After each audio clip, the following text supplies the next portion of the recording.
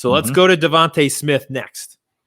All right. So DeVonta Smith, he is also 22 years old, out of the University of Alabama. He is 6'1", 174, a very light, skinny guy that we know. He ran a 4.27 at his pro day. Heisman Trophy winner. He's an absolute beast. And he is from Louisiana. So I know we got tape on Devonta. Everybody says it a little bit differently. Depending on what area of the country you're from. Exactly. How you pronounce the A at the end. It's funny, too. My first note, unstoppable. That's fair. He just looked unstoppable in college. That makes my first note seem lame. Mine was Linear Strider. Yours was unstoppable. Mine was Linear Strider. Oh, God. Completely just unstoppable. And then on top of unstoppable, my next point was that he's extremely polished. He looks like – he reminds me almost of like Marvin Harrison, the way he runs his routes. It's just he runs routes to perfection. Yeah, that's what a lot of people have been saying with the comp to Marvin Harrison, just because, he's not Megatron. He's not DK Metcalf. He's not physically overbearing. He's actually really small at 170 pounds. Even our co-host Eddie is almost 170 pounds. So he's not very, very big. But when you're that polished at route running at this young an age and you do everything 10 out of 10, does it really matter? Mm-hmm. And I think it matters a little bit, but same thing with Waddle. I think the pros outweigh the cons when it comes to this. And yeah, I think he'll struggle a little bit with that size and with the wiry frame.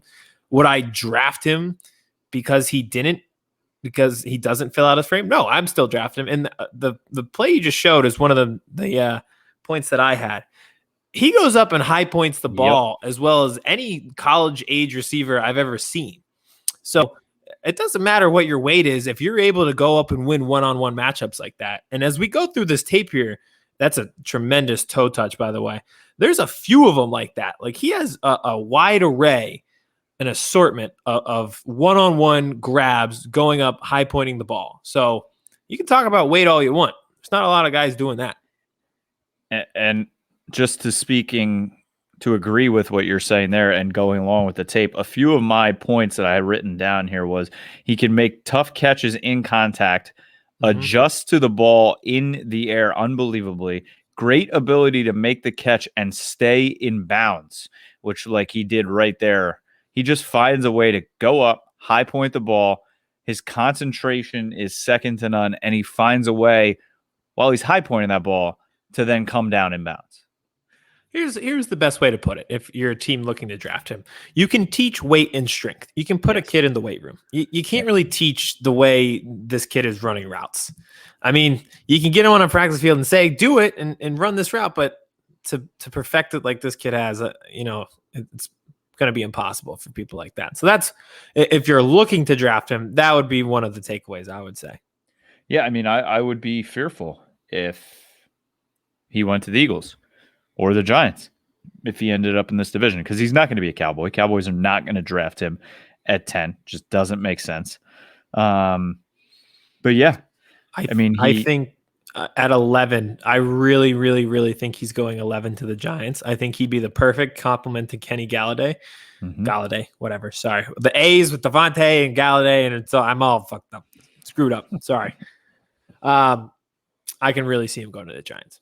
I could too. And he'll be Daniel Jones's best friend.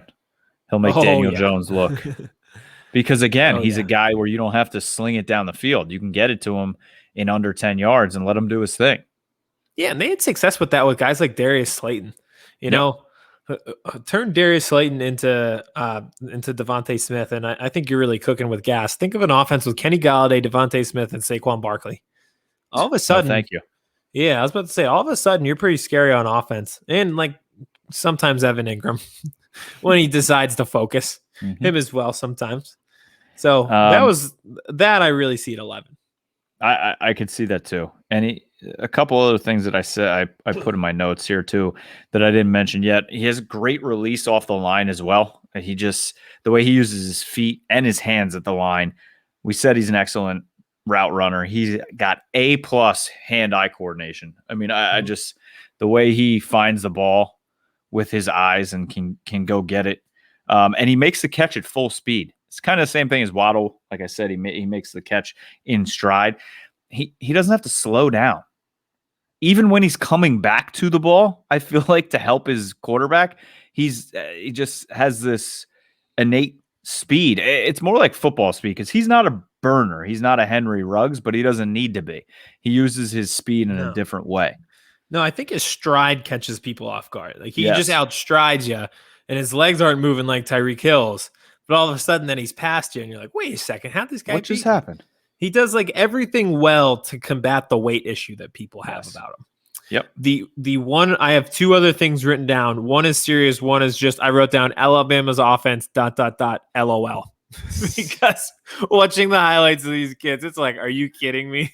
Yeah, this is ridiculous. It's insane. It's insane. And like I said, leading into my other point before we move on is Waddle might have won the Heisman if he didn't get hurt, and then DeVonta Smith does. Like the offense was just so loaded. It's like, all right, whoever we put in here is just going to just load up on stats. And Mac Jones could have won the Heisman. Mac Jones is going to go 3 overall because of how good this offense was. It's astronomical. It's insane. It's wild. The one last point for you, because I want to see if you agree with me or not. I wrote down, I can see Waddle going ahead of DeVonta Smith, despite how the year finished, because I think Waddle has the higher ceiling. That burst is what people are looking for. Speed kills. Do you agree or disagree? We saw it with Henry Ruggs being the first receiver off the board last year. People love the speed. And Waddle is a better receiver than Ruggs is. So I'm not comparing the two of them. But yes. I was just going to say Ruggs is the 4th best receiver, which was, yes. I mean, that will forever be funny to me.